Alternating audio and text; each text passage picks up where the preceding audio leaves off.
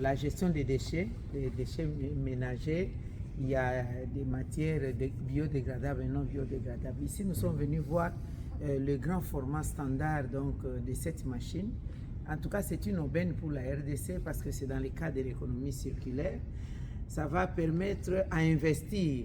Et ce que j'ai apprécié lorsqu'on investit dans la gestion des déchets, d'une pierre, on en fait plusieurs coups. Notamment la lutte contre les maladies. Et c'est dans ce cadre-là on est dans la prévention. Au lieu d'investir dans l'achat des médicaments, dans la prise en charge médicale, surtout des enfants, vous savez que nous avons une population qui va à plus de 100 millions d'habitants. Alors ça demande beaucoup de moyens. Mais si on investit dans la prévention, dans l'assainissement, dans la lutte contre la pollution, la gestion des déchets, l'économie circulaire, on gagne sur toute la ligne en ce qui concerne les soins de santé. Et aussi, il y a la finalité. La finalité, c'est qu'on arrive à avoir des composts pour l'agriculture. Les sols, quand le sol est appauvri, ça permet d'enrichir les sols. La finalité, c'est aussi la possibilité de produire, par exemple, des matériaux de construction, allant de la toiture jusqu'au mur, donc les briquettes, etc.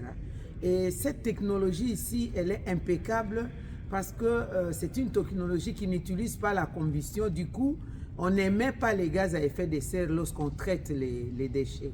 Et aussi, au niveau international, c'est une opportunité pour la République démocratique du Congo d'atteindre les objectifs de sa CDN en ce qui concerne la contribution déterminée dans les priorités des déchets. Et aussi gagner la possibilité de capter les fonds carbone dans les carbones d'évitement. Donc c'est une très très bonne chose. Je pense que le gouvernement va devoir s'y impliquer avec cette nouvelle technologie qui tient compte des standards internationaux, des normes ISO qui sont prises en compte dans la fabrication de ces machines. Et c'est le plaidoyer que nous allons faire au gouvernement congolais pour que nous puissions nous en procurer.